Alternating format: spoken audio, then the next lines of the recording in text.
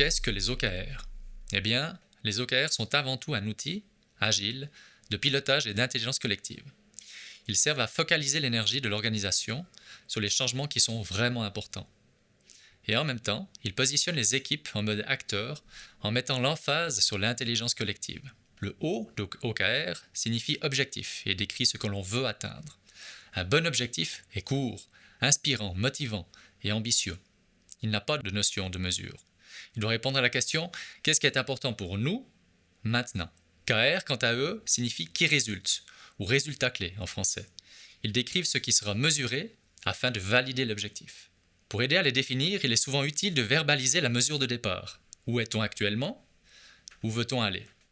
Lorsqu'arrive l'heure de faire le point et de lire les résultats, un qui résulte est considéré atteint lorsqu'un minimum de 80% de ce qui a été attendu a été réalisé. Pour celles et ceux utilisant déjà des KPI, un KR peut être l'expression d'une évolution d'un KPI. Par exemple, ce KPI dont la valeur actuelle est de X, eh bien, dans 3 mois, nous aimerions le voir arriver au chiffre Y. Les KR ne sont donc pas une liste de tâches ou d'initiatives, mais ils vont permettre de prioriser une liste de tâches afin d'atteindre l'objectif. Au niveau de la société, un OKR permet d'indiquer une direction importante, stratégique à suivre. Habituellement, ces objectifs sont annuels et nous en posons 2 ou 3 différents. Lorsque l'objectif est bien défini, il permet à l'ensemble de l'entreprise de comprendre ce qui est important maintenant. Dans le même format, les équipes vont ensuite choisir leur propre objectif en lien avec celui ou ceux de l'entreprise. Ces derniers sont trimestriels et sont appelés les objectifs tactiques. Les OKR ne disent pas ce qu'il faut faire. Ils indiquent simplement le changement ou l'impact que nous aimerions avoir à un certain terme. Ils laissent toute liberté aux équipes, en qui nous accordons notre confiance, de choisir les tâches les plus à même de provoquer ce changement. Les qui résultent nous permettent de mesurer l'avancement de ce changement. Ils doivent permettre de répondre à la question « Va-t-on dans la bonne direction ?» Cette façon de faire a des super pouvoirs. Cela donne beaucoup de sens à ce que l'on fait. Nous savons pourquoi nous le faisons. Cela donne un focus fort aux équipes et donc un très bon moyen de priorisation. Et cela met les équipes dans le siège conducteur. Tout en les guidant, on leur fait confiance dans le choix des actions à mener. L'intelligence collective est renforcée. J'ai voix au chapitre dans les discussions des OKR de mon équipe. Je peux contribuer à mon niveau pour quelque chose de plus grand. Dans les méthodes traditionnelles, les objectifs sont top-down et sont pour la plupart des tâches à réaliser. Avec les OKR, il y a cet effet bottom-up, où les objectifs viennent des équipes elles-mêmes, ce qui est très intéressant. Afin de guider ces équipes, voici des exemples d'OKR stratégiques qu'une entreprise peut prendre sur une année.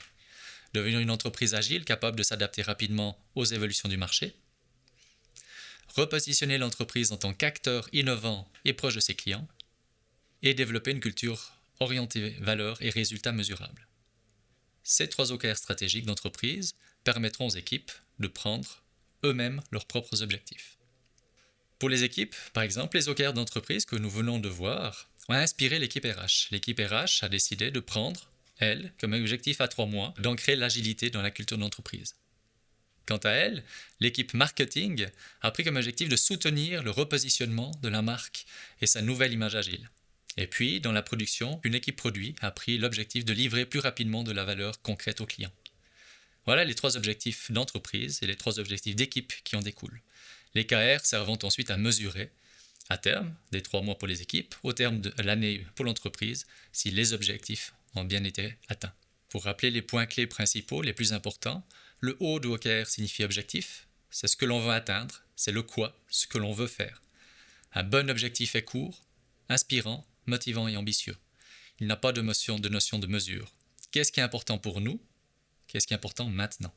KR, dans l'acronyme OKR, signifie les mesures du succès. Comment nous allons atteindre l'objectif. Un qui résulte sert à mesurer la progression vers un objectif. Ce n'est pas une liste de tâches ou d'initiatives. Les OKR sont top-down, mais aussi bottom-up. Si les objectifs annuels d'entreprise sont décidés par le top management, les objectifs tactiques, eux, sont choisis par les équipes elles-mêmes. Chaque équipe, à son niveau, est la mieux à même de savoir ce qu'elle peut faire pour participer au mieux à l'effort collectif. Les OKR sont transparents, cela permet à tout à chacun de voir ce que l'autre fait, mais aussi de se coordonner entre équipes.